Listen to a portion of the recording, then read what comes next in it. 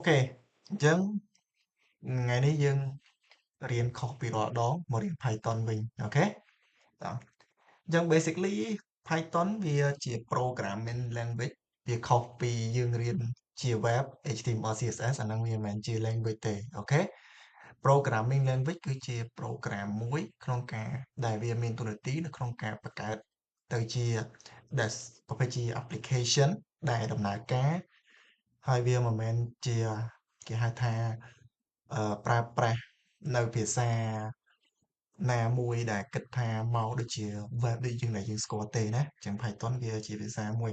ហើយភាសា Python នេះក៏ជាភាសាមួយដែលកាក់ដែរស្រួលហ្មងណាស្រួលណាអាហ្នឹងស្រួលណាតែតារៀនតិចទៀតហ្នឹងនាំគ្នាកិច្ចលាន់ហើយអូខេអញ្ចឹងស្អីគេជា Python បាទឥឡូវគ្នាយើងដឹងអីគេខ្លះថាអីជា Python តែអញ្ចឹងមានថា Python អញ្ចឹងនិយាយខ្លី Python អាហ្នឹងមិនមែន Python Python ហ្នឹង Python នេះណា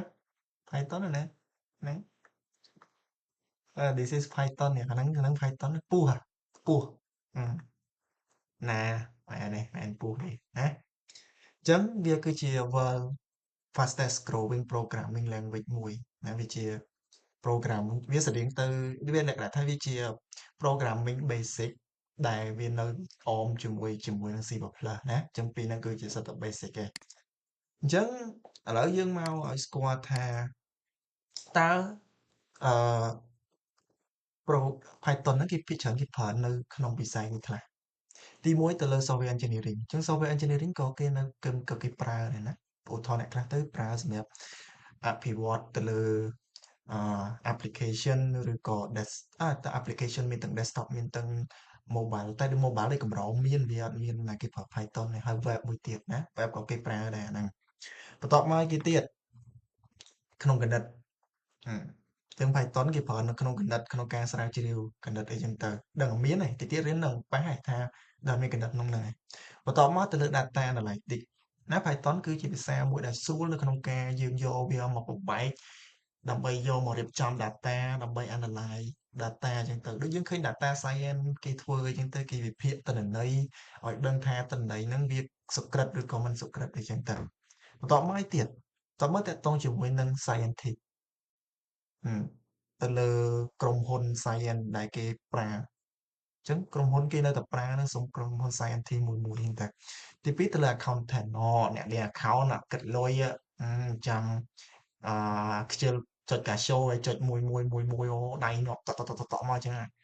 សេ programming Python នៅ Flat analyze ចេញចាឃើញស្រួលទេបន្ទាប់មកគេ network engineering អញ្ចឹងនៅក្នុង network engineering ក៏គេយកមកប្រើណាchứ សូម្បីតែក្មេងក៏គេរៀនដែរក្មេងព្រោះ Python ជាភាសាមួយដែលស្រួលសម្រាប់ក្មេងៗមករៀនអញ្ចឹងដូចស្អីគេរាសីអីធ្លាប់រៀន Python ដែរតែធ្វើម៉េចចូលរៀនដែរតែមិនស្ដាប់គ្រូហ្នឹងណាហ្នឹងអញ្ចឹងសំណួរសួរថាតើហេតុអីបានគេ make Python មក special សំណួរមកមួយទៀតហេតុអីបានគេគិតមកថាអូ Python មក special ឲ្យលើ Python ម្នាក់ចង់រៀនណាណាទី1 solve complex problem in less time with fewer line of code អញ្ចឹង Python បើយើងនិយាយប្រមូល Python ប្រៀបធៀបជាមួយនឹង programming ផ្សេងៗគឺ Python វា simple តិចហើយវាអត់គិតច្រើនណាវាស្រួលហ្មងហើយទៅសេបន្តិចអត់ដូច programming ផ្សេងទេណាបើ Java ឯហ្នឹងទៅហើយភាគច្រើនគឺអីគេមិញថា line of code ក្រុមហ៊ុនអីគេដែលប្រើខ្លះមាន Google Spotify Dropbox Facebook ហ្នឹងសិតក្រុមហ៊ុនហ្នឹងគឺសិតតែប្រើ Python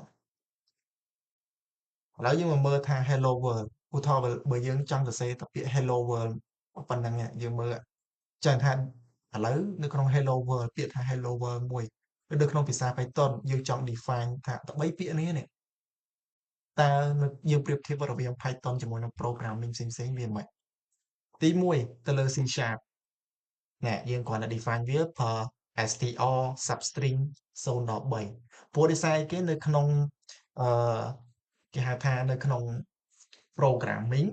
គឺវា identify រាប់អក្សរគឺរាប់ចាប់ពី index ទី0 chẳng mùi nó là mùi kia rộp đôi dương thòm đá bờ bịa thòm đá thò mấy những cái hello với họ mùi pi bay buôn pram của mùi phân bay buồn đó và tại programming ở đây sốn mùi pi bay buồn spell nó có bia rộp đấy pram của mùi phân bay đấy đấy chắc nhưng mấy nhưng score tha C sharp cứ việc phở tùm rồng chấn tọt máu JavaScript dương bên trong JavaScript vào bên này nè anh ấy tới cái này này này sẽ máu biệt tha string mà ở bên trong JavaScript str sub str so đọc bởi ok tọt máu được trong Python bây giờ mới Python bỏ mà mạt str bảo cùng một chỗ so đọc bởi chả chắc còn là một phần cái đơn tha programming Python chỉ program mỗi đây solve the problem លឿនហើយទៅ say line តិចឃើញអាពីរនេះហ្មងបាន define ទៅលើពាក្យ HEL នឹងមួយត្រូវទៅ say ឡើងមកប្រវាយនៃ C# អក JavaScript say ប៉ុណ្ណេះដល់ពេលមក Python ដាក់ str មួយបាច់ប៉បចប់ចេញចម្លើយឃើញស្រួលទេ reason ទី2 Python is multiple purpose ហ្នឹងមិនទី1គេប្រើនៅក្នុង data analytics អាហ្នឹងត្រូវមួយទី2 AI ហើយ machine learning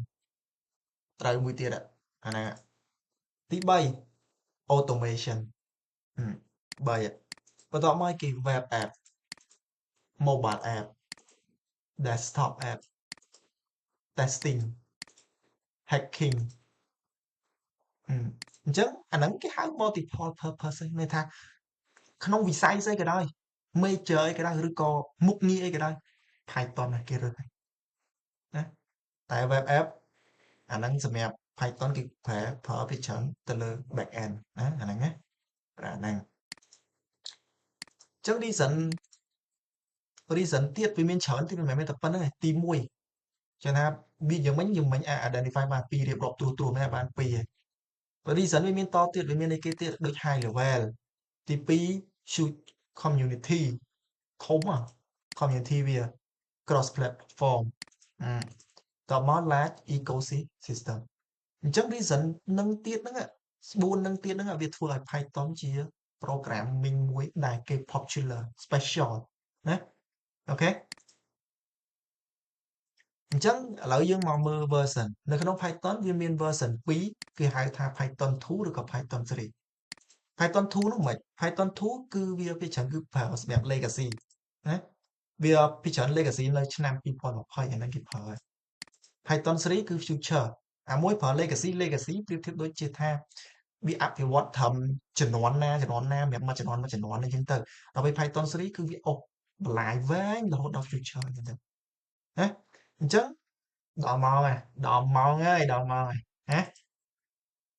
ដល់មក installation ហើយ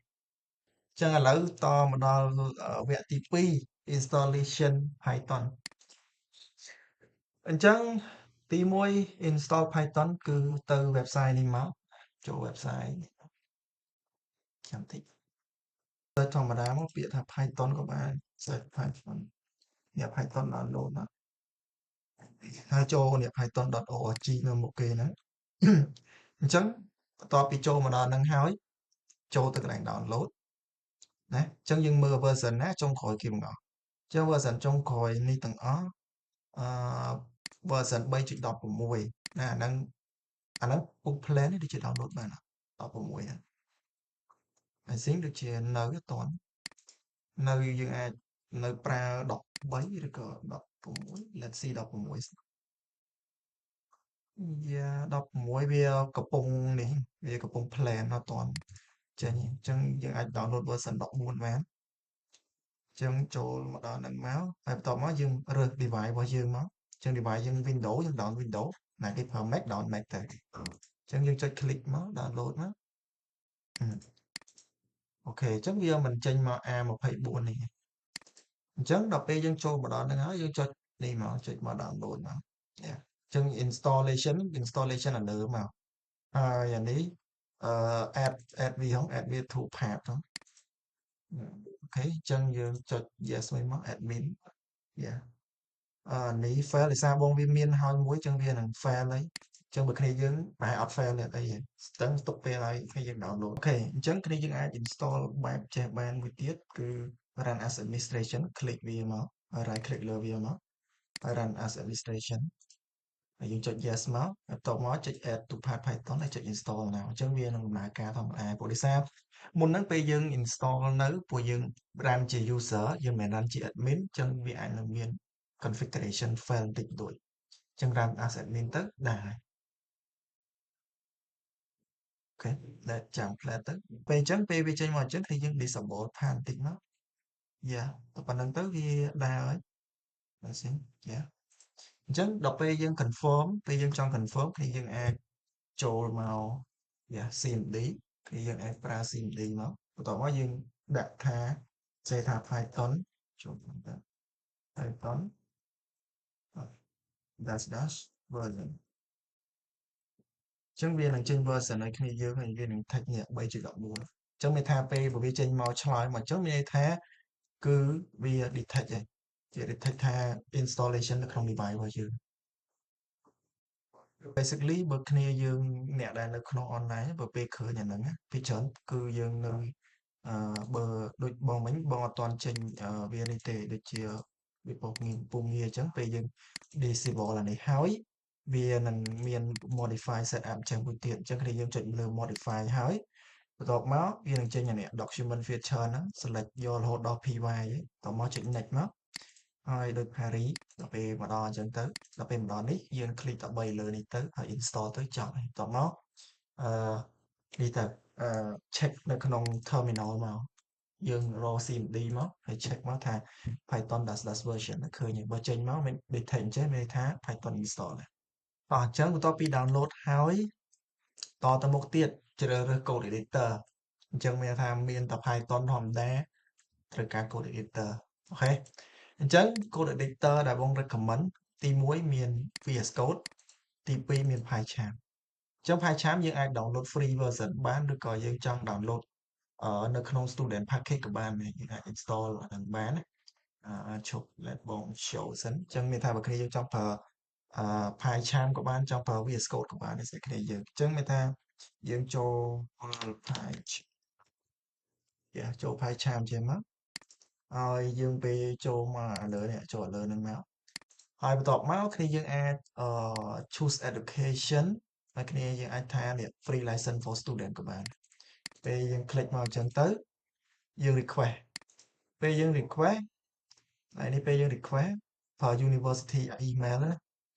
ហើយដាក់តាមហ្នឹងទៅ require គេ require អីធ្វើតាមហ្នឹងទៅ one អាហ្នឹង everybody ហើយគេនឹងផ្ញើទៅចូល email នៅក្នុងរបស់ AUP ហើយបន្ទាប់មកគ្នាយើងអាច click ទៅលើ version ហ្នឹងទៅគេនឹងឲ្យ download នៅក្នុងហ្នឹងហើយណាបើគ្នាយើងចង់ម្យ៉ាងទៀតក៏អាចដែរក៏អាចប្រើ free version បាននេះចូលទៅ free version download ទៅតែបើចង់ប្រើlicense ក៏ចង់ទៅអាហ្នឹងស្រេចចិត្តណាបើថាអីទេស្រេចចិត្តអញ្ចឹងបន្ទាប់ពី download editor ហើយណាអញ្ចឹងគ្នាយើង editor choose មួយណាមួយអញ្ចឹងតោះឡើយបងទុកវាឲ្យ download editor អញ្ចឹងពេលគ្នាយើងបានចូលមកនៅក្នុងនេះហើយគ្នាយើងអាចចូលមក download extension នេះមួយសម្រាប់យើងនៅក្នុងការformat តម្រងរបស់ Python ឲ្យវាស្អាតមកវិញហ្នឹងណាគ្នាយើងអាចដូចជា pep 8ឲ្យតាមមកចាំឬក៏នេះ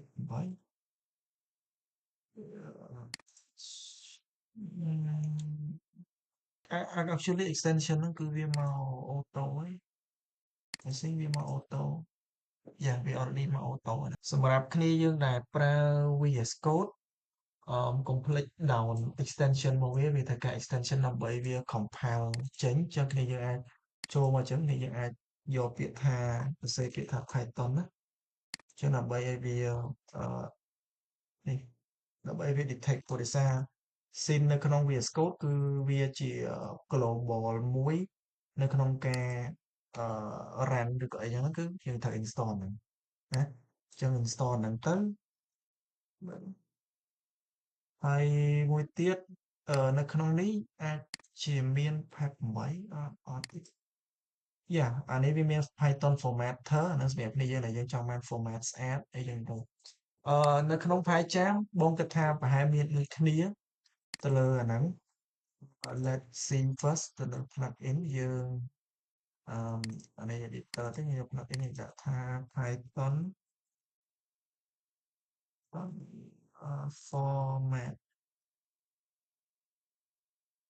search in market Python format